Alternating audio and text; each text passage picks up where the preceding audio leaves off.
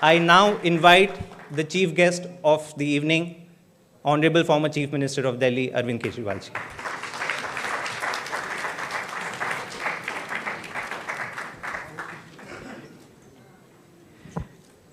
सबसे पहले मैं जैस्मिन शाह को बहुत बहुत बधाई देना चाहता हूँ।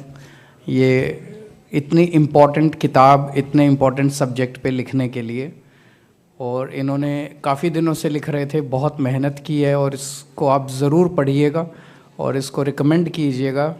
जैस्मिन बहुत अच्छा लिखते हैं, बहुत सिंपल स्टाइल में लिखते हैं, आपको इसको पढ़ने में बहुत मज़ा आएगा। मैं समझता हूँ कि this is not just about the Delhi model of governance, it is also about Aam Aadmi Party model of politics. Delhi model of governance या आम आदमी पार्टी ऑफ पॉलिटिक्स क्या है? दो तीन चीज़ों के ऊपर मैं गौर डालना चाहूँगा, लेकिन सबसे इम्पॉर्टेंट चीज़ है कि हमने लोगों की दिन ब दिन की ज़िंदगी की मूलभूत समस्याओं को सुलझाने की कोशिश की है, बस, और कुछ नहीं है। बहुत सिंपल है। आपको बच्चों को शिक्षा चाहिए, बीमार हो जाए तो अस्पताल चाहिए, महंगाई हो गई थोड़ा सा कोई सरकार मदद कर दे, बिजली फ्री कर दे, पानी फ्री कर दे। इन मूलभूत समस्याओं को हमने समाधान करने की कोशिश की है, और ये हमने क्यों किया? हमारे से पहले किसी ने क्यों नहीं किया? 75 साल हो गए देश को आज़ाद हुए, हमारे पहले इतनी पार्टियां आई, इतने नेता आए, किसी ने नहीं किया। तो मैं थोड़ा सा इसमें डेटा एनालिसिस वो सारी तो आपको किताब में मिल जाएगी, मैं इसके पीछे की कुछ कहानियां आप लोगों के साथ शेयर करना चाहूँगा। ये स्टेज पे जो लोग बैठे हैं, और कुछ लोग ऑडियंस में बैठे हैं और कुछ लोग शायद इस हॉल में नहीं हैं, ये वो लोग हैं जिन्होंने पूरा दिल्ली मॉडल ऑफ गवर्नेंस कह लीजिए या आम आदमी पार्टी ऑफ पॉलिटिक्स के जिम्मेदार हैं। और इनमें सबसे पहले मैं मनीष सिसोदिया से मिला था। मैं जब इनकम टैक्स डिपार्टमेंट में काम किया करता था, तो इनकम टैक्स डिपार्टमेंट में उन दिनों में मैं असिस्टेंट कमिश्नर था, तो डिप्टी कमिश्नर हो गया था। डिप्टी कमिश्नर एक मिडिल क्लास एग्जिस्टेंस होती है। कौशाम्बी के एक फ्लैट में रहते थे, तो एक मिडिल क्लास परिवार की जो समस्याएं होती है वही समस्याएं हमारी भी थी। हम सब लोग जानते हैं सरकार में बहुत करप्शन है, इनकम टैक्स में भी बहुत करप्शन था, अभी भी है। तो करप्शन के खिलाफ एक लड़ने का जुनून पैदा हुआ। मैं इंजीनियर भी हूँ, तो मुझे थोड़ी बहुत कोडिंग करनी भी आती थी, तो मैंने खुद ही घर पे बैठ के एक वेबसाइट बनाई, परिवर्तन.com, और उस पर लिखा कि अगर आपको इनकम टैक्स में कोई परेशान करता है और रिश्वत मांगता है तो परिवर्तन को बताना, परिवर्तन आपके लिए बिना रिश्वत के काम करवाएगा। अब मैं इनकम टैक्स में सिटिंग डिप्टी कमिश्नर, तो मैं तो फेस बन नहीं सकता मेरे को, तो नहीं तो अंडमान भेज देंगे ये लोग। मैं अपने ही डिपार्टमेंट के खिलाफ लड़ रहा था, तो आई नीडेड अ फेस। तो मैंने वेबसाइट तो बना दी, मैंने देखा, और उसमें हमने डाल दिया वॉलंटियर विद परिवर्तन। तो ये मैंने 30 दिसंबर 1999 को वेबसाइट बनाई थी, और 31 दिसंबर को सबसे पहला एंट्री उस पर वॉलंटियर करने वाला था मनीष सिसोदिया। सबसे पहली एंट्री इसकी आई थी। ये जी न्यूज़ में पत्रकार होते थे उस टाइम। तो मुझे बड़ी खुशी हुई, एक वेबसाइट बनाई, कोई पैसा नहीं था मेरे पास प्रचार करने के लिए, कुछ नहीं था। एक आदमी ने उस पर एंटर किया, तो मैं बाकायदा इसके घर गया। तो शकरपुर में रहते थे आप, वो ईस्ट दिल्ली में पटपड़ मदर डेयरी के पीछे शकरपुर है, वहाँ शकरपुर में ये 1 रूम फ्लैट में छत के ऊपर एक ही कमरा था, उसी में इनकी किचन थी, और वहाँ ये रहते थे। तो वहाँ इनके साथ छत के ऊपर बैठ के 1 घंटा बातचीत हुई। ये मैं इसलिए बता रहा हूँ, ये दिखाने के लिए कि हम किस बैकग्राउंड से आते थे, जो बहुत ज़रूरी था, जो काम हमने किया। उसके बाद हम दोनों ने मिलके उस परिवर्तन को आगे बढ़ाया। फिर मैंने डिपार्टमेंट छोड़ दिया, रिज़ाइन कर दिया।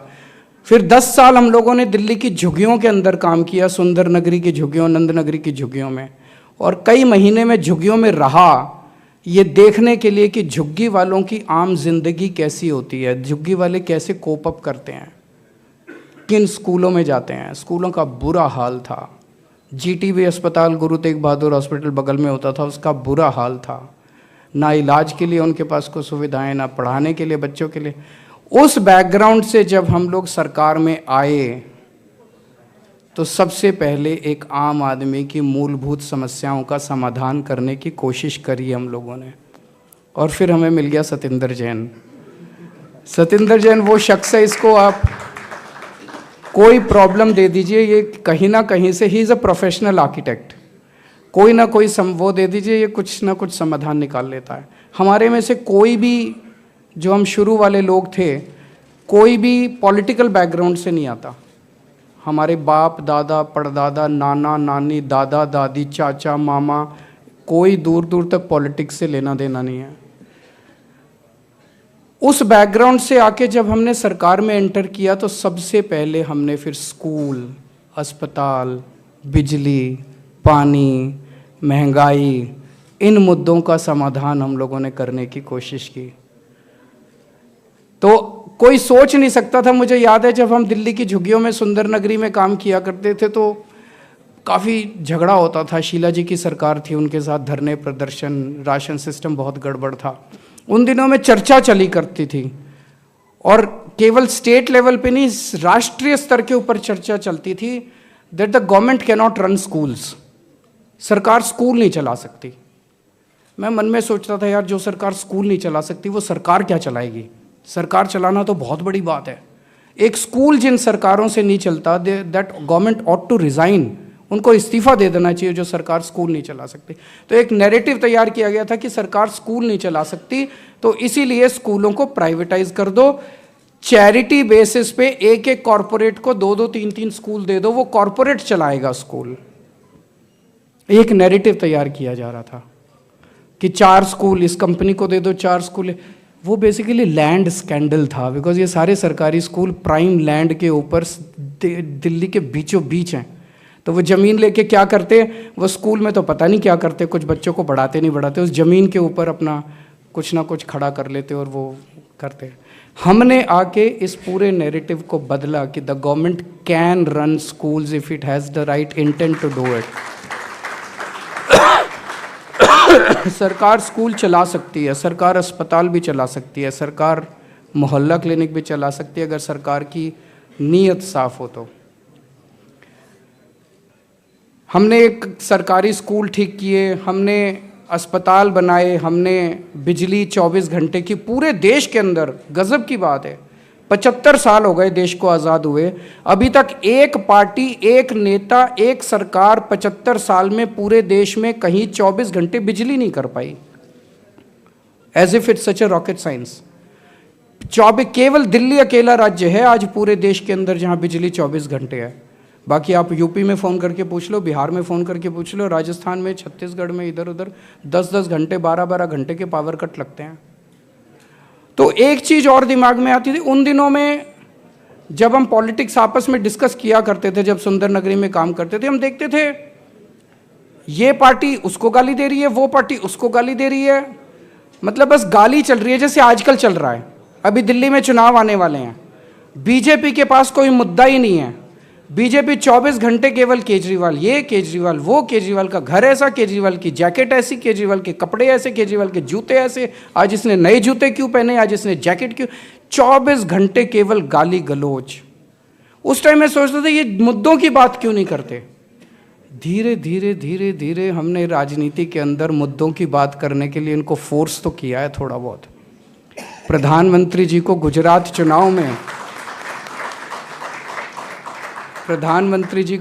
चुनाव में एक फर्जी क्लासरूम बना के वहाँ जाके फ़ोटो खिंचवानी पड़ी थी। इतना तो हमारा कंट्रीब्यूशन है देश की राजनीति के अंदर।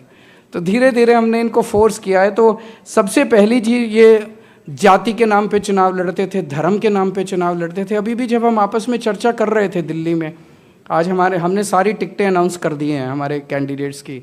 हम टिकट्स अनाउंस कर रहे थे तो हमारे डिस्कशन में कभी भी ये नहीं आता कि ये फलानी सीट जो है ये इस जात की है इसलिए इस जाति को दे दो, उस जात की है इसलिए उस जाति को दे दो।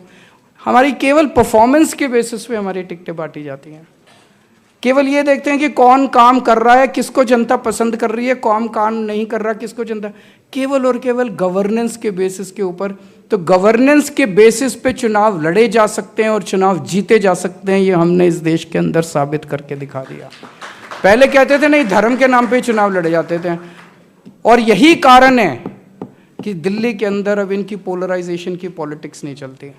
पिछले चुनाव में 2020 में इन्होंने कितना शाहीन बाग करने की कोशिश की, लेकिन स्कूल और अस्पतालों ने शाहीन बाग को हरा दिया। बहुत बड़ी बात है। इनके इतना शाहीन बाग करने के बाद भी 70 में से 62 सीट आई है, केवल 8 सीट ले पाए दिल्ली के अंदर।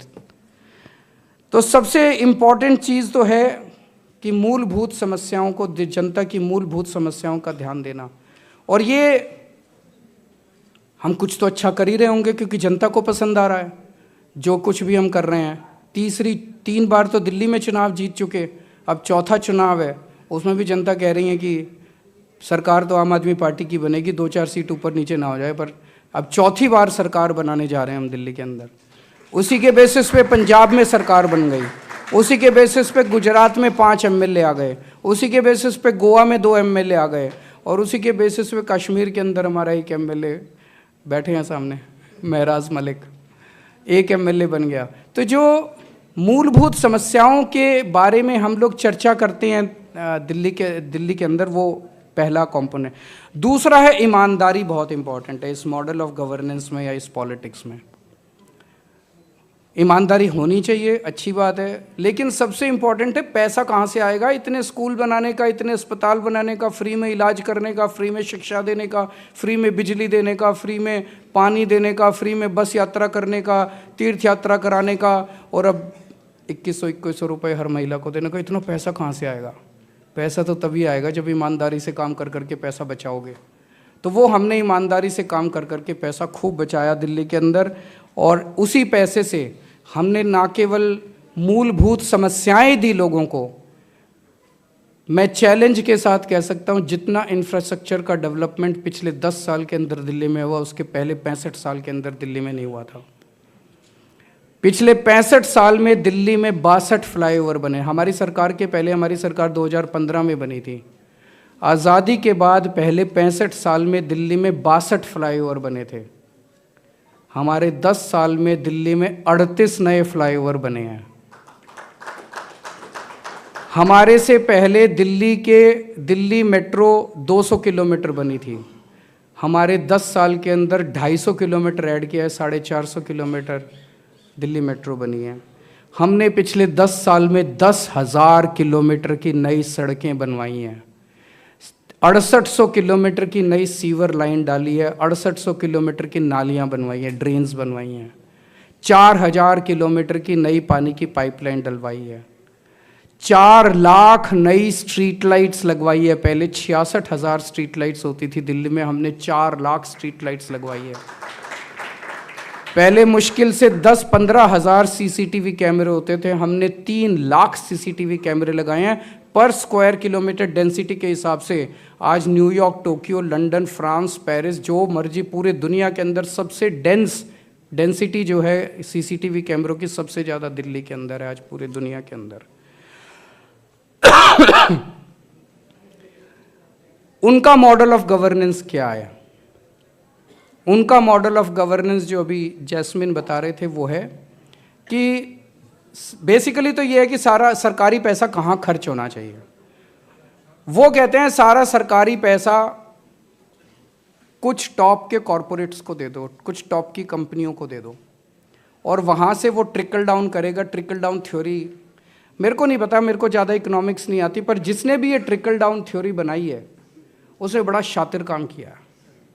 भ्रष्टाचार को लेजिटिमाइज करने के लिए उसने बड़े अच्छे शब्दों का इस्तेमाल करके एक ट्रिकल डाउन थ्योरी बनाई कि जो भी सरकार है खूब पैसे दो उनको, और बदले में वो तुम्हें पॉलिटिकल डोनेशंस देंगे। तो टैक्स कंसेशंस दे दो, उनके लोन माफ़ कर दो, जब उनसे बोलो भाई स्कूल बनाने हैं, अस्पताल बनाने हैं, लोगों को शिक्षा देनी है, सड़कें बनानी है, तो वो नहीं कहेंगे नहीं नहीं नहीं नहीं, वो सारा हम इनको टैक्स कंसेशन दे रहे हैं, 15 लाख करोड़ रुपए के इनके लोन माफ़ कर दिए। लेकिन जब उनको स्कूल बनाने के लिए कहते हैं तो कहते हैं पैसे नहीं है। उनके कितने 1 लाख करोड़ रुपए आप बता रहे थे कि टैक्स कंसेशंस दिए, लेकिन जब उन्हें हम कुछ भी मांगते हैं तो कहते हैं पैसे नहीं है। तो बेसिकली वो सारा पैसा कुछ टॉप के कॉरपोरेट्स को देना चाहते हैं, उनको देते रहते हैं और कहते हैं धीरे धीरे धीरे धीरे बूंद बूंद करके जनता तक पैसा पहुंचेगा, ये बड़ी बड़ी इंडस्ट्री लगाएंगे, उसमें लोगों को नौकरियां मिलेंगी, जब नौकरियां मिलेंगी। हमारा बिल्कुल उल्टा मॉडल है। हमारा मॉडल है कि जनता को शिक्षित करो, इन्वेस्ट इन ह्यूमन कैपिटल। आप जनता को शिक्षा दो, जनता को स्वास्थ्य सेवाएं दो, जनता को तैयार करो, इस देश की जनता को तैयार करो और एक आम आदमी की जेब में पैसा डालो। एक आम आदमी की जेब में पैसा डालोगे तो इकोनॉमी के अंदर डिमांड पैदा होगी, और इकोनॉमी के अंदर डिमांड पैदा होगी तो प्रोडक्शन बढ़ेगी इकोनॉमी की, और प्रोडक्शन बढ़ेगी तो उसी से देश रोज़गार मिलेंगे, उसी से देश का विकास होगा।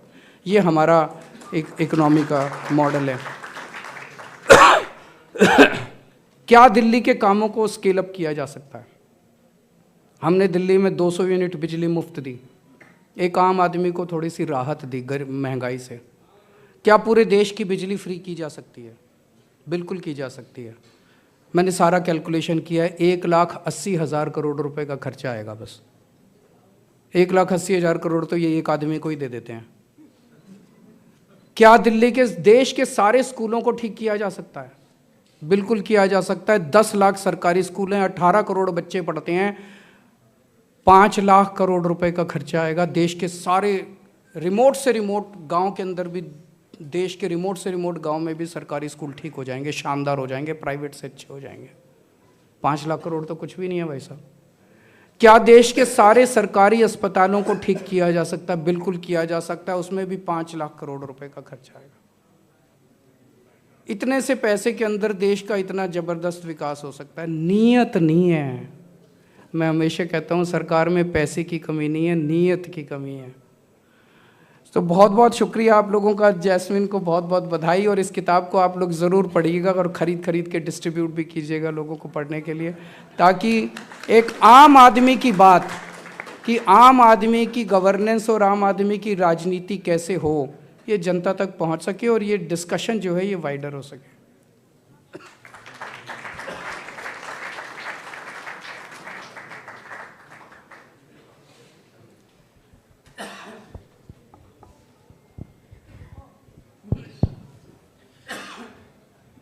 आई नो आज हम थोड़ा लेट चल रहे हैं, तो अरविंद जी से बस हम कुछ मिनट उनसे ज़्यादा लेंगे।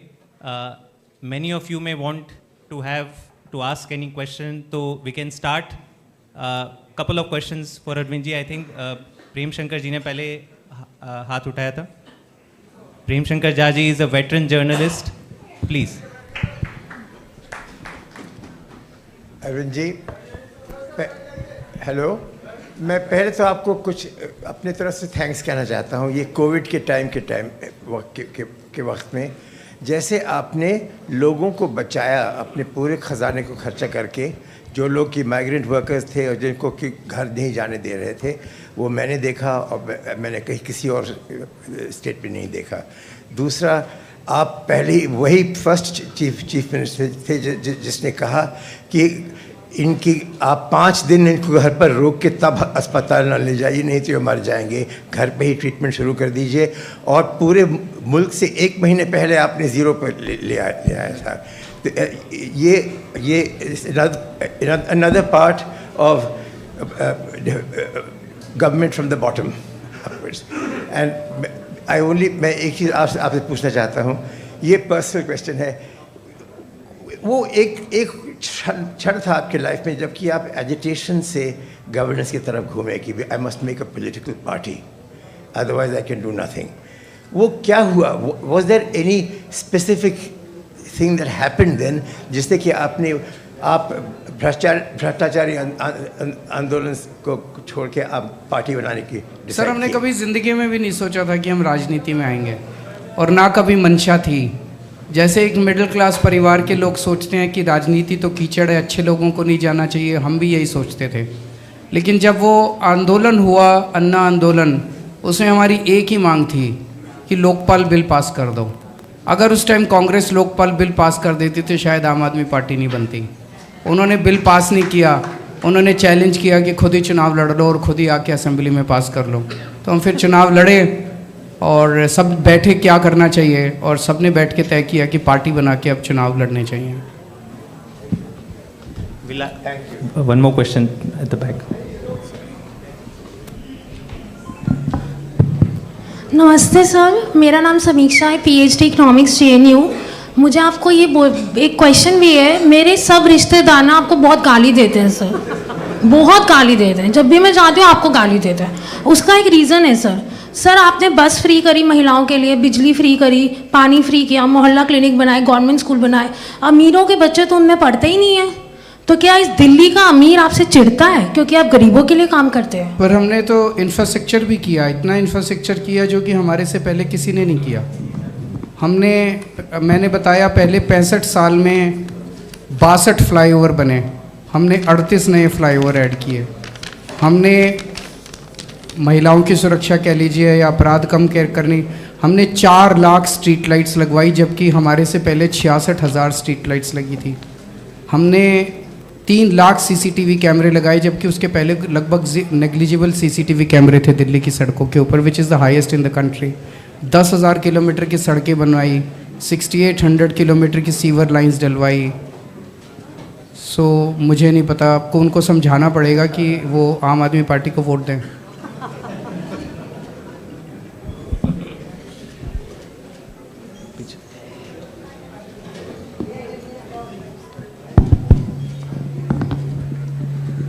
हेलो सर, मेरा नाम मैं एक चीज़ और बोलना चाहता हूँ। इस पूरे नैरेटिव को अमीर और गरीब के अंदर बांट के देखना थोड़ा सा ओवर सिंप्लीफिकेशन है। क्योंकि पहली चीज़ तो अब 24 घंटे बिजली, आपके रिलेटिव दिल्ली में रहते हैं, दिल्ली में उनके 24 घंटे बिजली आती है, तो उनसे पूछना कि उनकी पार्टी के किस राज्य में 24 घंटे बिजली आती है। एक राज्य बता देना। गुजरात में 30 साल से उनकी सरकार है, फिर भी वो 24 घंटे बिजली नहीं दे पाए। तो कुछ तो अच्छा किया ना, उनको भी फ़ायदा हुआ 24 घंटे बिजली का, है ना। 8-8 घंटे के पहले पावर कट लगते थे दिल्ली में। दूसरी चीज़, अगर अच्छे सरकारी स्कूल हो गए और इस देश के गरीब बच्चों को अच्छी शिक्षा मिल गई, इससे बड़ा राष्ट्र निर्माण का काम कोई हो सकता है? फिर उन्होंने तो कुछ नहीं किया। इनफैक्ट उनकी पार्टी तो प्राइवेट स्कूल माफिया के साथ मिलके हर साल अनाप शनाप स्कूलों की फीसें बढ़वाते हैं। हमने आज सरकारी स्कूल इतने अच्छे कर दिए कि प्राइवेट स्कूलों को कंपटीशन दे रहे हैं, और प्राइवेट स्कूलों की फ़ीस भी नहीं बढ़ने दी हम लोगों ने। तो ये इसको ओवर सिंप्लीफाई करके ये कहना कि हमारी सरकार से मिडिल क्लास को या अमीरों को क्या फ़ायदा हो रहा है, नज़रों का धोखा है, नज़रों का फेर है। Last question. हाँ, लास्ट क्वेश्चन प्लीज। सर, मेरा नाम करमनिया थडानी है, मैं एक एनजीओ चलाता हूँ दिल्ली में। हमने दिल्ली सरकार के साथ काफ़ी काम भी किया है। तो एक इनके सवाल जैसा ही कुछ सवाल है मेरी, बल्कि एक अलग तरह की शिकायत है आप लोगों से। जो शिक्षा, स्वास्थ्य वगैरह में आपने बहुत अच्छे काम किए, उनको तो आपने एडवर्टाइज किया है। बुक में बहुत अच्छी बात है, मैंने देखा रोज़गार के बारे में लिखा है कि आपने रोज़गार में क्या काम किए हैं। दिल्ली में जैसे अब एग्रीकल्चर काफ़ी कम है, किसानों के लिए भी आपने काम किया है बहुत। और मैन्युफैक्चरिंग थोड़ा बहुत ब्रीफ ले लेता हूँ। मैन्युफैक्चरिंग दिल्ली में ज़्यादा है नहीं, फिर भी जीडीपी ग्रोथ रेट इतना हाई है। और आपने जैसे रेस्टोरेंट्स के लिए, ट्रांसपोर्ट बिजनेसेस के लिए लाइसेंस राज वगैरह कम किया, आरटीओ हटाया। इन चीज़ों को और एडवर्टाइज कीजिए जो मिडिल क्लास को और एलीट क्लास को समझ में आए कि उनको भी फ़ायदा हुआ है। ये बातें हैं पर इतना ज़्यादा चर्चे में नहीं है। मैं रिक्वेस्ट करूंगा कि इसको आप अपने कैंपेन्स वगैरह में और हाईलाइट कीजिए। मैं सहमत हूँ आपसे। ये इसको इस तरह से प्रेजेंट नहीं किया गया कि इस हमारे काम से मिडिल क्लास या अपर क्लास को, उसको जितना भी हमारा काम है उसको एक फ्रीबीज के रूप में प्रेजेंट किया गया, ना कि देश के विकास के रूप में उसको प्रेजेंट किया गया। मुझे दौड़ना होगा, मेरा चुनाव का कैंपेन चल रहा है, मुझे माफ़ कीजिए, पर बाकी टीम आप लोगों के साथ जारी रखेगी। Thank you so much. Thank you sir.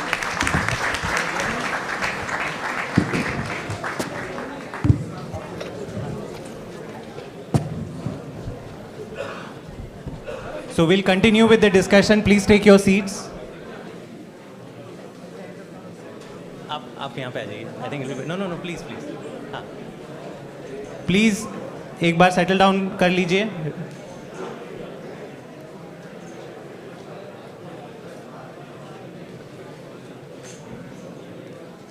So we'll start with the rest of the session. Please take your seats.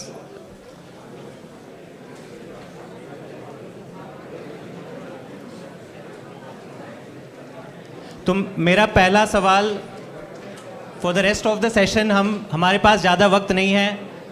Delhi में चुनाव आने वाले हैं. मनीष जी, आतिशी जी, जैन साहब अपना कीमती समय लेके यहाँ पे आए हैं. कम से कम टाइम में लेट्स ट्राई एंड अंडरस्टैंड कि उनके नज़रिए से दिल्ली मॉडल का सफ़र कैसे रहा. सबसे मेरा सवाल मनीष जी से है.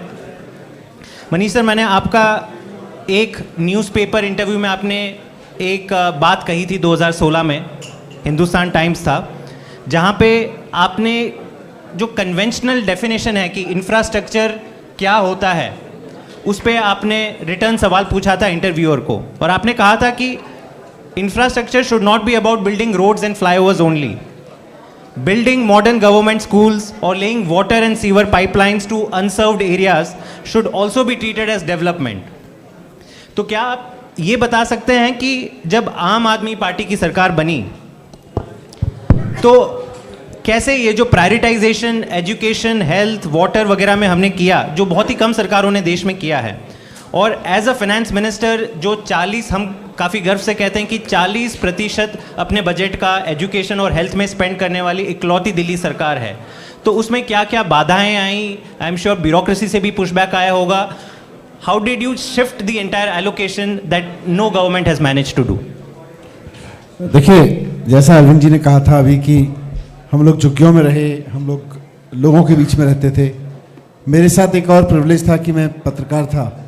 तो पत्रकार होने के नाते आपको देश दुनिया को जानने का, समझने का मौका मिलता है, बाकी और लोगों से ज़्यादा, जितना आप रोज़ाना अलग अलग तरह के लोगों में जाते हो.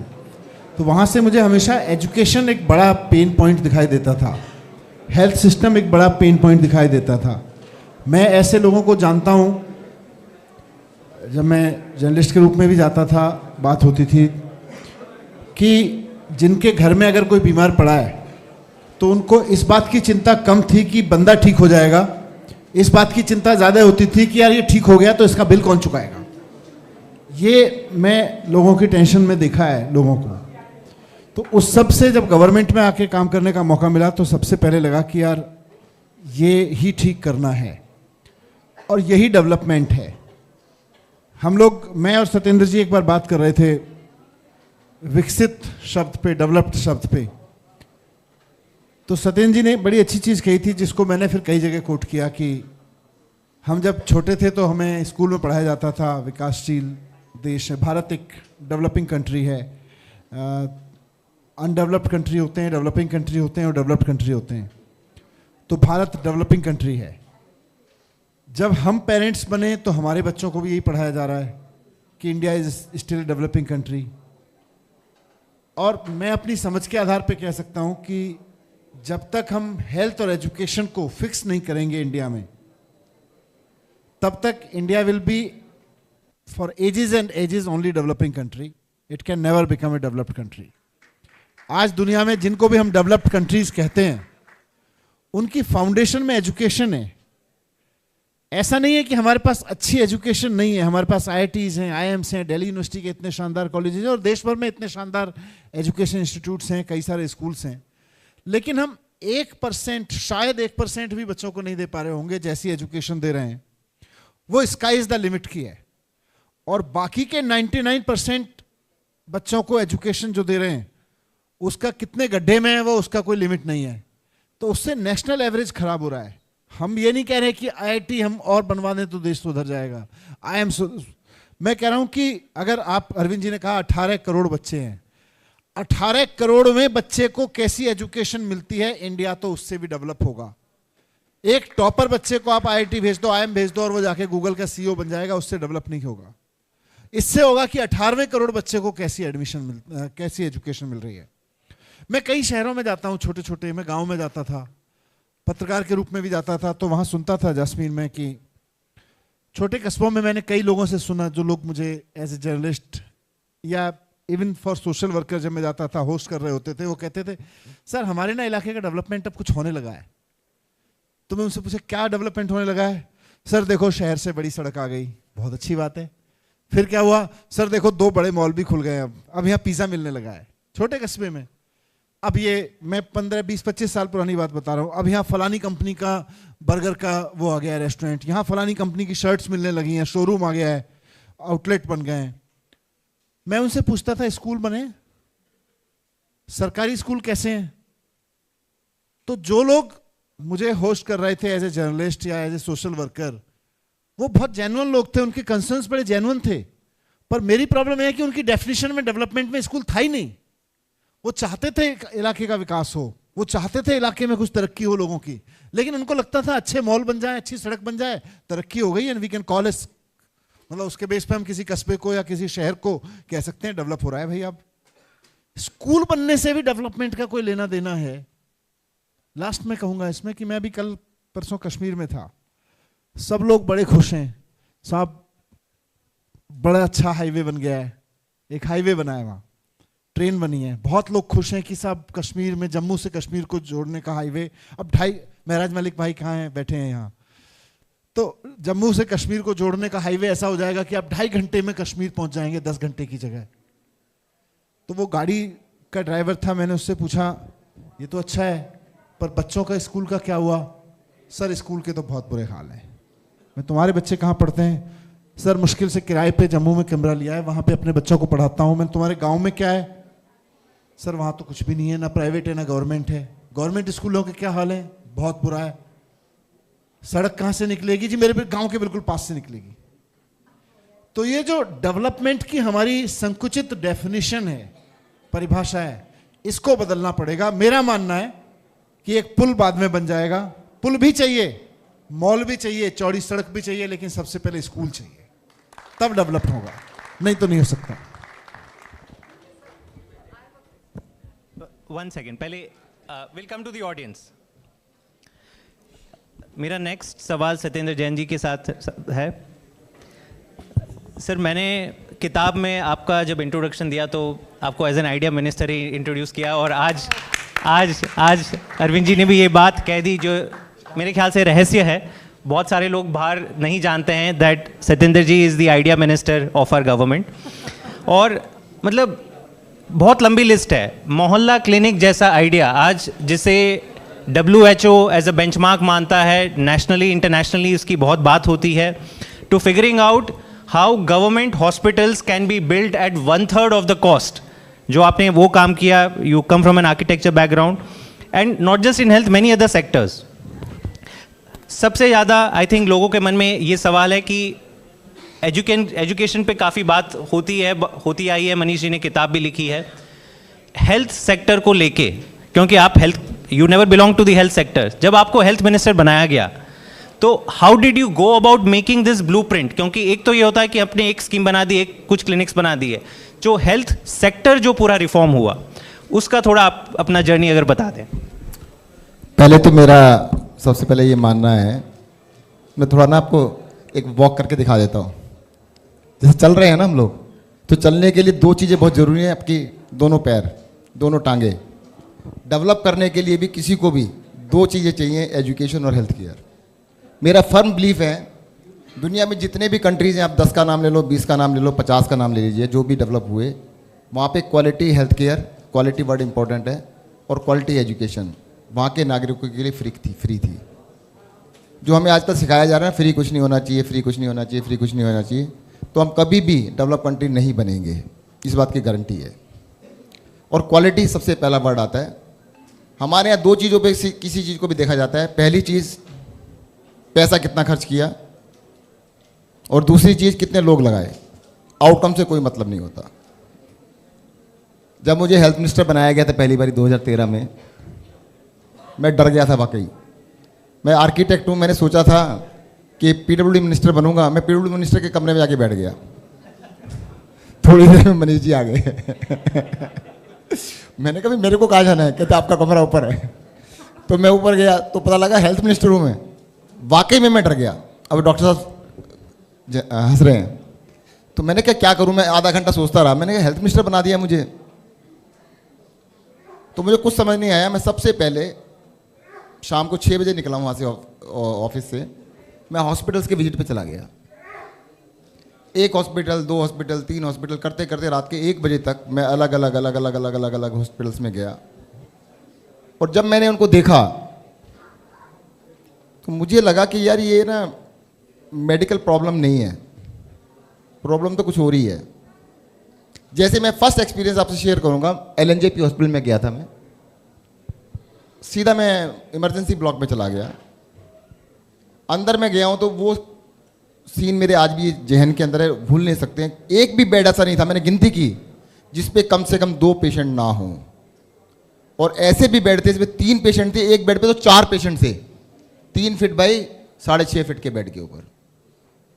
बुरी हालत थी, लोग घायल हैं, बीमार हैं, 3 पेशेंट एक बेड, और डॉक्टर्स लगे हुए हैं, स्टाफ लगा हुआ है। मैंने ये तो बेचारे कोशिश कर रहे हैं, तो प्रॉब्लम तो कुछ और है। मैं बाहर आया, मेरे पत्रकार दोस्त खड़े थे सारे के सारे, बताओ जी क्या प्रॉब्लम है। मैंने कहा डॉक्टर्स काफ़ी मेहनत कर रहे हैं, स्टाफ काफ़ी मेहनत कर रहा है। क्या दिक्कत बताओ, कमी क्या है। मैंने कमी है जो मेरी है सारी। कमी मेरी क्या है कि भाई मैं मंत्री बन गया हूँ, मुझे वो ठीक करना है जो कि होना चाहिए था। तो वो मेरे लिए स्टार्टिंग पॉइंट था। लकीली अनलकीली 49 डेज के बाद सरकार गिर गई, तो पूरा 1 साल मिला मुझे अपने आइडियाज़ को बनाने का। तो मैंने हेल्थ के ऊपर बहुत सारी चीज़ें बनाई, जैसे कि मोहल्ला क्लिनिक कैसे बना। मैं एक डिस्पेंसरी को विजिट करने गया था एज ए मिनिस्टर। उस डिस्पेंसरी में 22 लोगों का स्टाफ था, 22। डॉक्टर साहब एक थे, लैब भी थी वहाँ पर, लैब के अंदर टेस्ट नहीं होते थे। 3 लोगों का स्टाफ था, कोई टेस्ट नहीं था। फार्मेसी थी, उसमें कोई दवाई नहीं थी। 22 लोगों का स्टाफ था। और मैंने उनसे बाद में पूछा, भाई आपकी दिक्कत क्या है। कहते स्टाफ की कमी है। और मैंने फिर स्टडी किया, भाई इस बिल्डिंग को बनाने में खर्चा कितना आता है। जो डिस्पेंसरी 4 करोड़ से 5 करोड़, एक डिस्पेंसरी बनाने की कॉस्ट 4 करोड़ से 5 करोड़। देखो जी मैं बनिया हूं, पैसे पूसे खर्च करने मुझे आते नहीं है। और मैंने मेरी थ्योरी का नाम है 10x। 10x का मतलब किसी भी चीज़ की क्वालिटी को 10 गुना अच्छा करो और कॉस्ट को 10 गुना कम करो, हर चीज़ के लिए। सबसे पहले मैं अपना फॉर्मूला लगा देता हूँ। तो मैंने कहा भाई 4 करोड़ है तो 40 लाख में होना चाहिए बस। तो अब मैंने कहा इसको डिजाइन बना लेते हैं। बचपन से देखते एक डॉक्टर एक कंपाउंडर होता था, तो मैंने जाके मिलता क्या है, वही नहीं मिल रहा। भाई मुझे क्या चाहिए एज ए पेशेंट। हॉस्पिटल में गए या डॉक्टर के पास गए, एक डॉक्टर मिल जाए, दवाई मिल जाए, टेस्ट मिल जाए। तो वो तो छोटी सी जगह में भी हो सकते हैं। मैंने एक छोटा सा मॉडल बनाया, आर्किटेक्ट में हुई, एयर कंडीशन बनाया, उस मॉडल को बनाया, तो एक बना के दिखा दिया जैसे आए, तो फिर पसंद भी आ गए तो आगे उसको बढ़ा दिया। तो इसी तरीके से मैं बताऊं तो हॉस्पिटल के अंदर जब मैं विजिट पे गया, एक हॉस्पिटल का रिव्यू किया मैंने। 200 बेड का हॉस्पिटल था बुराड़ी का, उसकी कॉस्ट थी 200 करोड़ रुपया। तो मैंने कहा भाई ये कितनी पर बेड कॉस्ट क्या है। कहते पर बेड कॉस्ट क्या होती है जी। मैं total cost divided by bed, number of beds. कहते अच्छा 1 करोड़ रुपया। मैं सारा विजिट करके आया। मैंने कहा भाई इतनी लंबी चौड़ी बिल्डिंग बना दी आपने, एसी है। कहते नहीं एसी नहीं है, एयर कंडीशन भी नहीं थी। फिर मैंने इसको रिवाइज किया, उसको 600 बेड में कन्वर्ट किया, 25 करोड़ एक्स्ट्रा लगे, बस 25 करोड़ लगे। तो मेरा सबसे पहला फॉर्मूला होता है किसी भी चीज़ को अगर आपने करना है। बहुत सारे लोग कहते हैं, पत्रकार भी हैं, हमारे इकोनॉमिस्ट भी हैं, सबका ही कहना होता है पैसा और खर्च करो, पैसा और खर्च करो। मैं कहता हूं पैसा ज़्यादा खर्च नहीं करो, ठीक से खर्च करो। मैंने स्टडी कराई दिल्ली सरकार के हॉस्पिटल्स में एक ओपीडी की कॉस्ट, सबकी मैंने वो ऑडिट कराया, 1200 रुपये से लेकर 2600 रुपये थी। 1200 रुपये से लेकर 2600 रुपये, जिसमें सिंगल ओपीडी। मोहल्ला क्लिनिक में 120 रुपये, और मोहल्ला क्लिनिक में 365 टेस्ट होते हैं, वहाँ पे 10-20 होते हैं। तो मैं तो ये कह सकता हूँ जी, अगर अपनी यार्ड स्टिक को बहुत ऊपर कर लेंगे आप, हो सकता है। मैं 90% वाला हूँ जी, 100% मुझे पसंद नहीं है कभी भी। पर होता क्या है, मैं 1000 में से 90% लाना चाहता हूँ, बहुत सारे लोग 10 में से 10 लाना चाहते हैं, बस यही फ़र्क है। तो मेरा हमेशा जो वो होता है ना बेंचमार्क, वो बहुत ऊंचा होता है, कभी मैं अचीव नहीं कर पाया उसको आज तक।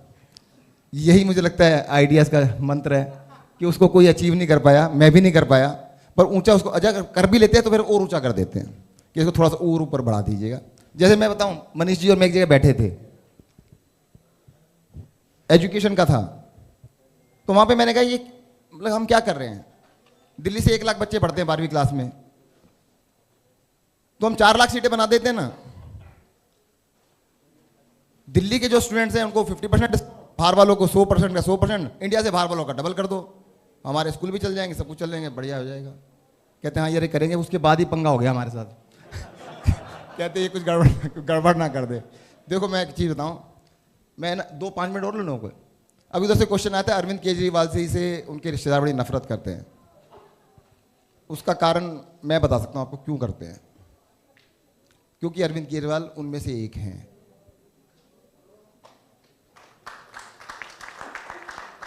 अपने बच्चों को पढ़ा लिखा बनाना चाहते, IIT की है उन्होंने, वो भी चाहते हैं ऐसा हो जाए, परंतु अब उनमें से एक मुख्यमंत्री कैसे बन सकता है? अगर कोई, जैसे मेरे फादर के शब्दों में, मेरे फादर ने जब मुझे टिकट मिली थी कहा था इलेक्शन लड़ेगा, ये तो लुच्चे लफंगे लड़ते हैं, शरीफ आदमी पढ़े लिखे इज्जतदार लोग इलेक्शन लड़ते हैं क्या? तो अब एक पढ़ा लिखा इज्जतदार आदमी इलेक्शन लड़ ले तो कहते हैं नहीं नहीं नहीं ये नहीं होना चाहिए। अरे भाई साहब आप ही में से एक हैं, आप ही के लिए कर रहे हैं, और वो कहानी ना हो जाए कि 40 में से 39 नंबर आए थे मेरे। पहले तो मास्टर जी ने थप्पड़ लगाया, घर जाके पापा जी को बताया, मैंने क्लास में टॉप कर लिया, तब भी थप्पड़ लगाया। कहते क्या हुआ? कहते कितने नंबर आए? 39। कहते 1 नंबर कहाँ गया? 1 थप्पड़ उन्होंने भी लगाया। तो मिडिल क्लास की आदत है, बच्चा अगर 100 में से 90 नंबर लेके आता है तो उसकी नाक कटी हुई होती है कि मेरी नाक कटवा दी। अरे भाई साहब अरविंद केजरीवाल जी ने 100 में से 90 नंबर लेके आए हैं, 100 नहीं लेके आए, कोशिश करेंगे 100 भी आ जाएंगे, उनको समझाना। और जिनकी वो बातें कर रहे हैं ना, आपको एक दुखद बात बता देता हूँ।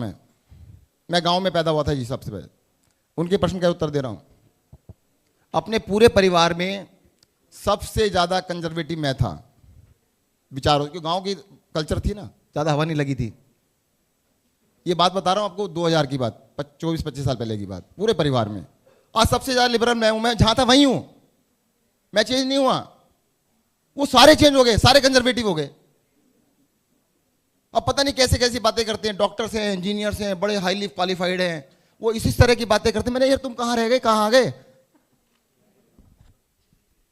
तो मुझे लगता है हमें इस पर सोचने की, विचार करने की जरूरत है। और जो आपने आइडिया की बात पूछी थी, आइडिया के लिए सबसे बड़ा आइडिया ये होता है, अगर हिमालय पर्वत पे चढ़ना है ना, तो सबसे पहले हिमालय पर्वत पे चढ़ोगे डिक्लेयर कर दो, फिर जनता छोड़ आएगी, आपको वापस आने नहीं देगी। अरविंद केजरीवाल जी को मैंने कह दिया पब्लिक भाषण में, इनॉग्रेशन करने आए थे, वो केंद्रीय जल मंत्री साथ में आए थे। मैंने कहा हम यमुना साफ कर देंगे और इसको 5 साल के अंदर यमुना साफ करके दिखा देंगे। इलेक्शन होते कहते ये तो संभाल। तो अब वो क्योंकि डिक्लेयर कर दिया ना, छोड़ेंगे नहीं मुझे, कहते यमुना साफ करके दिखानी ही पड़ेगी। तो सबसे बड़ी चीज़ होती है कि आइडिया तो अपने आप आएगा जब तुम कहते मरता क्या ना करता। तो जब तुमने कह ही दिया, पब्लिकली कह दिया, तो पीछे का रास्ता नहीं, बैक डोर हमेशा बंद होना चाहिए और फ्रंट डोर से डरना चाहिए, फेलियर से कभी नहीं डरना चाहिए। मेरे 10 आइडियाज़ होते हैं, उसमें से 9 फेल हो जाते हैं, परंतु मैं फिर भी कहने से बाज नहीं आता। मतलब हर सारे के सारे बैठे, हमारे साथी बैठे हैं, कोई भी बात होगी, ये सारी आज अंदर की बातें बाहर हो रही है। मैं हर चीज़ का आइडिया देता हूँ, हर चीज़ का आइडिया देता हूँ। अरे परंतु क्या होता है कि मेरा जो 10 में से 1 होता है वो भी चल जाता है, क्योंकि बाकी तो बोलते ही नहीं। मेरे 100 आइडिया होते हैं, 100 में से 10 हो गए। वो कहते हैं हम 1 बोलेंगे, 1 में से 1 ठीक होगा, तो उनका 1 ठीक होता है, मेरे 10 हो जाते हैं। यही फ़र्क है। वैसे उनका स्ट्राइक रेट 100% है, मेरा 10% है। सर मेरे साथ कुछ ऐसा ही हुआ, पर्वत वाली बात, क्योंकि ये आइडिया की मुझे किताब लिखनी है, मैंने मेरी वाइफ प्रिया को बता दिया, उसके बाद उसने मुझे किताब लिखवाई दी। वैसे किताब के बारे में छोटा सा बता दूं, तिहाड़ जेल में जाने के बाद मैंने वैसे आज तक जीवन में कुछ लिखा नहीं है, बोला बहुत कुछ है, पढ़ा भी कुछ है, मैंने भी किताब लिख डाली है। आज परंतु उसमें अनाउंसमेंट क्या हो हुआ? रही है, ये ब्रेकिंग न्यूज़ भी हो रही है। मोहल्ला क्लिनिक एंड बियॉन्ड मैं लिख चुका हूँ लगभग, बट हुआ क्या, बीच में मुझे इंटरिम बेल मिल गई, उसके बाद मैं उसको बाकी ले जा नहीं पाया, उसके बाद लिखा भी नहीं मैंने। मैं सोच रहा था कि 10 दिन लगेंगे, 15 दिन लगेंगे, मैं वेट कर रहा था फटाफट निकल जाऊँगा, तो मुझे लिखने का मतलब इंक्लिनेशन ही नहीं हुई। तो अब उसको जब भी इलेक्शन के बाद मौका मिलेगा, थोड़ा बहुत टचिंग मचिंग करके मैं उसको पब्लिश जरूर करूँगा। Thank you so much. मैंने इसीलिए बोला है कि छोड़ेंगे नहीं मुझे, कि मुझे छोड़ेंगे नहीं। दरअसल सबसे बड़ी जो अरविंद जी बोल के गए ना, सबसे इंपॉर्टेंट है इंटेंट। अगर नीयत साफ है ना, सब कुछ ठीक होगा, उससे आगे कुछ नहीं है। Thank you so much sir.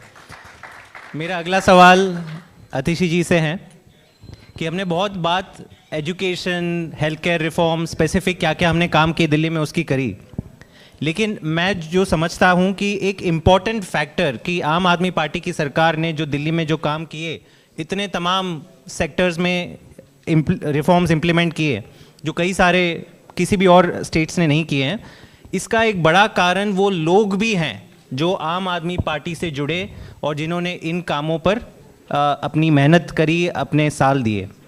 आप खुद, आपकी शुरुआत as a reluctant politician, as you always say कि you are a reluctant politician से शुरुआत हुई। आपकी शुरुआत as an advisor to Manish Sisodia ji as an education minister हुई। दिन रात आपने कई साल केवल एजुकेशन एजुकेशन एजुकेशन पे काम किया, और उसके बाद आप, हम सब जानते हैं, आप कैबिनेट मिनिस्टर बनी और अब मुख्यमंत्री बनी। इफ़ यू कैन शेयर कि ये जो एक टीम का जो रोल रहा है कि एक तो पर्दे के आगे कि चलो हमने ये सारे काम किए, बट पर्दे के पीछे how important was the role of this team that Arvind Kejriwal ji, Manish Sisodia ji, everybody assembled in translating the promise of Delhi model to reality? इस टीम में, एडवाइज़र्स की टीम में, पढ़े लिखे एडवाइज़र्स की टीम में एक मुख्य रोल प्ले किया हमारे दोस्त जैस्मिन शाह जी ने भी। And before answering that question, मैं कुछ एनेक्डोट भी शेयर करना चाहूँगी। जब मैंने 2015 में मनीष जी के साथ एजुकेशन एडवाइज़र का रोल प्ले करना शुरू किया, सर के बगल के पीछे के कमरे में मैं 6th फ्लोर पे सचिवालय में बैठती थी। तो जून में मैंने ज्वाइन किया था एज एडवाइज़र। तो शुरू के दिन में बहुत सारे लोग मिलने आए आइडियाज़ देने के लिए एंड उसमें जनरली हमने तब ऐसा पाया कि बहुत सारे लोग ग्राउंड से जुड़े हुए नहीं थे। मतलब वो आइडियाज़ तो लेकर आते थे कि ये करना चाहिए, ऐसा होना चाहिए, लेकिन उनको बहुत अंदाज़ा नहीं था। तो कुछ दिन बाद हमने ऐसे लोगों से मिलना छोड़ दिया। तो वो टाइम भी मांगते थे, तो मैं फिर बहुत टाइम देती नहीं थी। तो मेरे साथ एक वॉलंटियर उस समय काम करता था, उसका नाम था हेमंत। उसने मुझे कहा कि ये ना एक जेपैल करके संस्था है, वहाँ पे एक पॉलिसी एडवाइज़र हैं जिनका नाम है जैस्मिन शाह, वो आपसे मिलने का टाइम चाहते हैं। मैंने कहा ये लोग बड़े फालतू होते हैं, टाइम मत देना तो और फिर 2-3 दिन बाद फिर से आया जी, उसका फिर से ईमेल आ गया। मैंने उसे कहा तुम्हें बोला तो था ना टाइम नहीं देना है, तुम क्यों पूछ रहे हो बार बार। लगातार 10 दिन तक जैस्मिन शाह टाइम मांगते रहे कि नहीं, मुझे तो आपको अपने आइडिया देने ही देने हैं, आपको मुझे टाइम देना पड़ेगा। और तब आई थिंक जून 2015 में पहली बार जैस्मिन से मुलाकात हुई। और जैस्मिन तब एजुकेशन के बारे में, हेल्थ के बारे में, तब ये एक जेपैल करके संस्था है, आप लोगों ने नाम सुना होगा अभिजीत बैनर्जी, एस्थर रुफ्लो का, जो MIT में काम करते हैं। उनका जो ऑर्गेनाइजेशन है जेपैल, तब जैस्मिन उनके south Asia vice president policy head थे। और जिस दिन जैस्मिन मिलने आए उस मीटिंग के बाद, जो मेरे साथ वो वॉलंटियर काम करता था हेमंत, मैंने उससे कहा तुमने ज़िद करके टाइम ले लिया, अच्छा किया। एंड वहाँ से जैस्मिन के साथ ये जर्नी की शुरुआत हुई। जैस्मिन ने अपनी किताब में उस इंसिडेंट का भी मेंशन किया है। तो जैस्मिन के साथ जब मेरी पहली मुलाकात हुई, आई थिंक 1-1.5 घंटे हम बैठे थे। फिर मैंने मनीष सर से बात करी कि एक ये जैस्मिन नाम का लड़का है, ये मिलने आया था और मुझे लगता है कि हमें इनकी बात सुननी चाहिए। And I still remember Manish sir के घर पे शायद एक सैटरडे या संडे था। सर ने फाइनेंस सेक्रेटरी, एजुकेशन सेक्रेटरी को भी बुलाया और लगातार 2.5 घंटे बैठ के एजुकेशन पर, हेल्थ केयर पर, फाइनेंसेस पर बात शुरू हुई और जैस्मिन के माध्यम से बहुत सारे और संस्थाएं हमसे जुड़ी। पर इंटरेस्टिंग बात ये थी कि जैस्मिन का एक तो पक्ष था जो ये एक पॉलिसी एडवाइज़र के तौर पे आया, पर पॉलिसी के साथ साथ जैस्मिन के अंदर एक पॉलिटिशियन भी छुपा हुआ था जो इस देश की राजनीति को बदलना चाहता था। And I think Jasmine specifically and many of us जो पढ़े लिखे अच्छे इंस्टीट्यूशन से हमने पढ़ाई की, जो ये जज्बा रखते थे कि हम कुछ करना चाहते हैं, हमने कभी नहीं सोचा था हम पॉलिटिक्स में आएंगे। मुझे अगर मैं जब कॉलेज में थी, मेरा एक क्लासमेट थे, उसके फादर तब एक सिटिंग चीफ मिनिस्टर थे, तो हमें यही लगता था कि जी चीफ मिनिस्टर हैं, अब इनका बेटा चीफ मिनिस्टर होगा, उसका बेटा चीफ मिनिस्टर होगा। इसी तरह की पॉलिटिक्स हमने देखी थी। अगर कोई हमसे उस समय पूछता भी कि आप पॉलिटिक्स में आना चाहते हो, apart from this middle class objection कि जी पॉलिटिक्स तो गंदी चीज़ होती है, पॉलिटिक्स में बहुत कीचड़ है, अच्छे लोग पॉलिटिक्स से दूर रहते हैं, ये तो एक समस्या थी। दूसरी समस्या ये भी थी कि आप पॉलिटिक्स में अगर घुसना चाहते हो तो आप किसी पॉलिटिकल पार्टी के साथ जुड़ोगे कैसे, चुनाव लड़ोगे कैसे, काम करोगे कैसे, इसका भी किसी को कोई आइडिया नहीं होता था। तो आप पॉलिटिक्स में एंट्री कैसे कर सकते हैं, ये भी दूसरी चीज़ होती थी जो किसी को पता नहीं होती थी। नंबर 3, और जो मैं अब खास करके देखती हूँ कि हम जैसे पढ़े लिखे लोग जब किसी पॉलिटिकल पार्टी में जाते भी हैं तो हम ये फ्रंट रो वाले नहीं होते, हम वो बैक रो वाले होते हैं जो बैठ के कागज़ बना रहे होते हैं, जो कोई जाके अपनी स्पीच में बोलेगा। ये आम आदमी पार्टी की और जो हमने दिल्ली सरकार में काम किया है, ये इसकी खासियत रही है कि जो लोग एक्सपर्टीज़ को टेबल पर लेकर आए हैं, जो लोग अलग अलग सेक्टर्स में अच्छा काम करते हैं, जो लोग देश दुनिया की बेस्ट यूनिवर्सिटीज़ से पढ़े लिखे हैं, उनको आम आदमी पार्टी और दिल्ली सरकार फ्रंट रो में लेके आई है। I think that is the real difference that the party is made. मुझे याद है बहुत साल पहले मैं मध्य प्रदेश में रहती थी, वहाँ पे हम एजुकेशन पे काम करते थे। आप किसी अफसर से, किसी पॉलिटिशियन से टाइम मांगने जाइए तो कोई टाइम ही नहीं देता था। आप उनसे बात भी करिए important education health care related issues से, उनका कोई इंटरेस्ट नहीं होता था, राइट? जबकि उनका काम था एजुकेशन सिस्टम को इम्प्रूव करना, उनका काम था हेल्थ केयर सिस्टम को इम्प्रूव करना। मैं ये कहूँगी कि ये दिल्ली सरकार की सबसे बड़ी खूबी रही है कि दिल्ली सरकार ने हमारे चीफ मिनिस्टर अरविंद केजरीवाल जी की लीडरशिप में हर सेक्टर में लोगों को चुन चुन के ढूंढा और अपनी सरकार में किसी ना किसी तरीके से लेके आए कि हमें एजुकेशन सेक्टर ठीक करना है तो हमें एक शानदार एजुकेशन एडवाइज़र की ज़रूरत है, हमें ट्रांसपोर्ट सेक्टर ठीक करना है तो कोई ऐसा व्यक्ति चाहिए जो उस पॉलिसी के बारे में जानता है, अगर हमें हेल्थ सेक्टर ठीक करना है तो हमें उसके लिए कमिटेड लोग चाहिए। एंड आई थिंक ये एक बहुत यूनिक चीज़ रही है दिल्ली सरकार के बारे में। एंड मुझे लगता है ये शायद जिस पैशन की अभी अरविंद जी ने बात करी, मनीष सर ने बात करी, जैन साहब ने बात करी कि हम लोग यहाँ पे सिर्फ चुनाव लड़ने, चुनाव जीतने नहीं आए, हम लोग यहाँ पे इस देश को बदलने आए और हमें एक बहुत अर्जेंसी रहती है कि 2 महीने बाद नहीं, 2 हफ्ते में करना है, 2 हफ्ते में नहीं करना, 2 दिन में करना है, और अगर 2 दिन में करना है तो बेस्ट माइंड्स चाहिए और अभी चाहिए और हमारे साथ 24/7 काम करने को चाहिए। And I think this has been one of the most important and beautiful things about the Delhi model।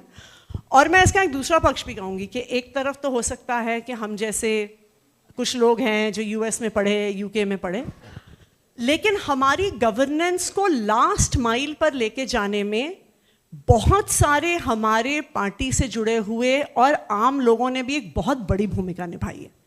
इसका सबसे बड़ा एग्जाम्पल है हमारी स्कूल्स की स्कूल मैनेजमेंट कमेटीज़।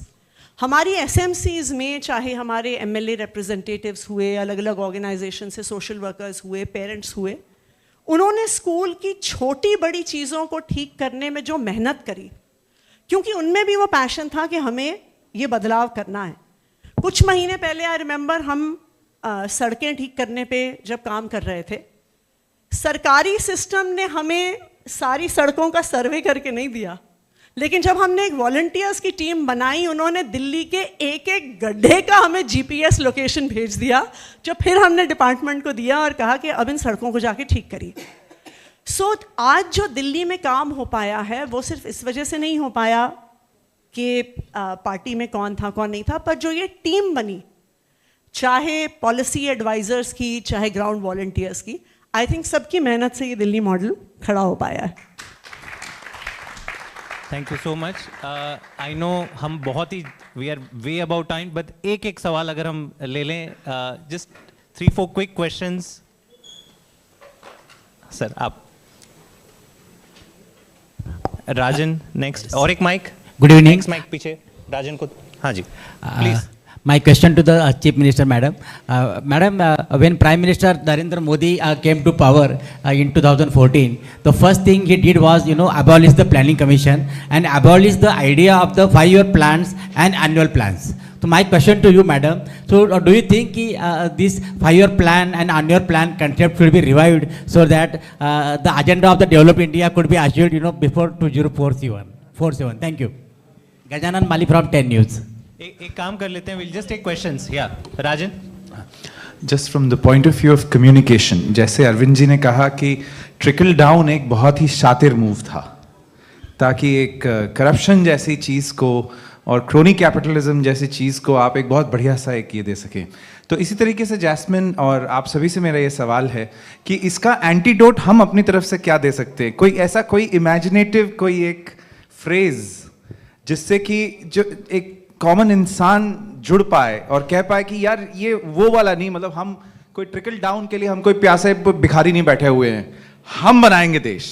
ऐसा कोई एक इमेजिनेटिव स्लोगन या कुछ आपके जहन में आया जैसे आपने ये बुक लिखा या जैसे आपने इतनी पब्लिक लाइफ के अंदर ये सब किया हुआ है?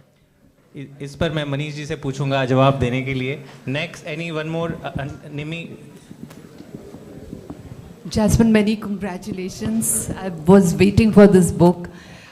So my question to you is, since I've seen you working, I've worked with you, around you, this obsessive compulsive phenomenon that our government or our party works with, like करना है तो अभी करना है, बेस्ट करना है, सबसे अच्छा करना है. Has that worked for us? And the second question is that what percentage of those incubated ideas, I remember in DDC we used to have say hundreds and hundreds of ideas, the maverick stream of thinking. So I just want to know what percentage have we been able to convert into actual policies? Like I can recount Swasthya Mitra was a wonderful scheme, but we couldn't put it into action. Farishte has been put into action, but very few people know about it. Happiness curriculum is something that I'm a fan of, but somehow we haven't been able to do it. Thank you. So, सबसे पहले आपका सवाल on 5-year plans. देखिए, मेरा ये मानना है कि हम प्लान 5 साल के बनाएं, 5 महीने के बनाएं, 50 साल के बनाएं, उसका आउटकम आना चाहिए. हमारे देश की आज मैं ये मानती हूँ एक सबसे बड़ी प्रॉब्लम्स में से एक है कि पॉलिसीज़ तो हम बहुत शानदार बनाते हैं. आप हमारे देश का राइट टू एजुकेशन एक्ट पढ़िए. अगर कोई ऐसा व्यक्ति हो ना कि जो किसी और देश से आता हो, किसी और ग्रह से आता हो, और वो हमारे देश का राइट टू एजुकेशन एक्ट पढ़ेगा, उसको लगेगा भारत से अच्छा एजुकेशन सिस्टम दुनिया में नहीं हो सकता. लेकिन कागज़ पे तो सब कुछ बहुत बढ़िया, लेकिन आप स्कूलों के अंदर जाइए तो छत से बरसात में पानी टपकता है, सर्दियों में ठंडी हवा आती है, बच्चे टाट पट्टी पे बैठे होते हैं, उनके पास पीने को पानी नहीं है, साफ टॉयलेट नहीं है, क्लास में टीचर नहीं है. तो हमारे देश का चैलेंज पॉलिसी मेकिंग और पॉलिसी प्लानिंग नहीं है, उसको ज़मीन पर उतारना है. मैं ये बहुत स्ट्रांगली मानती हूँ, और एजुकेशन सेक्टर को तो खासकर मैंने बहुत क्लोजली देखा है, सर के साथ काम करते हुए देखा है. ऐसा नहीं था कि हमारे आइडियाज़ में कुछ रॉकेट साइंस था, लेकिन हमने दिन रात मेहनत करी कि जो एक हमारा सिंपल सा भी आइडिया था कि भाई स्कूल साफ होने चाहिए, फिर हमने महीनों लगाकर आखिरी स्कूल के टॉयलेट को साफ करके दिखाया. And I think is the big thing जो हमारे देश में चेंज होने की ज़रूरत है कि जी प्लान और पॉलिसी से सिर्फ काम नहीं चलेगा, हमें उसे इम्प्लीमेंट करके ग्राउंड पर उतारना है। ये हमारे देश का चैलेंज है। अभी जो ट्रिकल डाउन की बात कर रहे थे, उसका आसान सा है, एंटीडोट है, ग्रो अप। ग्रो करिएगा। देखो मैं आपको एक छोटा सा बात बता दूं, इंडिया की जीडीपी जो है $2600 पर हेड है, अराउंड 2 लाख रुपए पर हेड पर एनम। परंतु इस देश के 100 करोड़ लोग, आप लोगों को जान के आश्चर्य होगा, वो 3000 रुपये महीना या उससे कम कमाते हैं, उनकी इनकम है। 100 करोड़ लोग। ये देश के कुछ लोग तो तरक्की कर चुके हैं, ऑलरेडी कर चुके हैं, वो दुनिया की सबसे डेवलप कंट्री से भी अच्छे उनके घर हैं, सब कुछ उनके पास अच्छा है।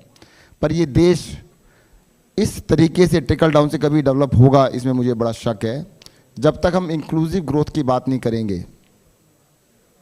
और जब तक किसी भी सोसाइटी के अंदर सबसे इम्पोर्टेंट इंसान नहीं होगा, अभी हमारे के लिए बहुत सारी चीज़ें ज़्यादा इम्पोर्टेंट है इंसान से, तब तक हम शायद आगे नहीं बढ़ पाएंगे। और जिन कंट्रीज़ को हम कहते हैं ना, उनकी कल्चर शायद हमसे पीछे है, बहुत सारी चीज़ों में हमसे बहुत आगे हैं, उनसे हमें कुछ सीख लेना चाहिए। आई थिंक आइडिया तो सत्येंद्र ही देंगे, वर्ड्स का हो या स्कीम का हो। निमी ने पूछा कि has it worked, Arvind ji ने उसका जवाब दिया था कि अगर देश के प्रधानमंत्री को पहली बार ये ज़रूरत महसूस हो रही है कि दा नरेंद्र मोदी किसी एक आर्टिफिशियली क्रिएटेड ही से ही स्कूल में बैठ के फोटो खिंचवाए, मतलब देश ये वो, उस सब के बीच से वो आदमी निकल के एक स्कूल में फोटो खिंचवाने के लिए मजबूर हो रहा है, तो idea, things have worked for me and I am sure for most of us. जब मैं 2015 में आतिशी और हम और बाकी सब लोग जाते थे स्कूलों में, नॉर्मली मैं और आतिशी सुबह सुबह स्कूल के लिए निकलते थे और फिर सत्येंद्र को परेशान करते थे, यार उसकी बिल्डिंग बड़ी ख़राब है, वो कहते थे उसका भी दे दो। फिर सत्येंद्र जाते थे इंजीनियर्स को लेके उसका डिज़ाइन बनाने के लिए। तो जब मैं जाता था मुझे बड़ा पेन होता था जब मैं वापस लौटता था कि यार कैसे ठीक होगा भी कि नहीं, कर भी पाएंगे कि नहीं। 2015 आज जब मैं स्कूलों में जाने का मौका मिला पिछले 1-2-3 महीने में मुझे, तो मैं कम से कम 15-20 मरतबा मैं आके गाड़ी में बैठता हूं, तो मुझे लगता है देखो यार काम तो हो गया, बाकी तो देखेंगे, जो मौका मिलेगा करते जाएंगे, पर काम तो हो गया। Thank you very much. We have to go, so we have to wind it up. I thank all three of you, Manish ji, Satyendra ji, Atishi ji, for joining, and for all of you. Thank you very much.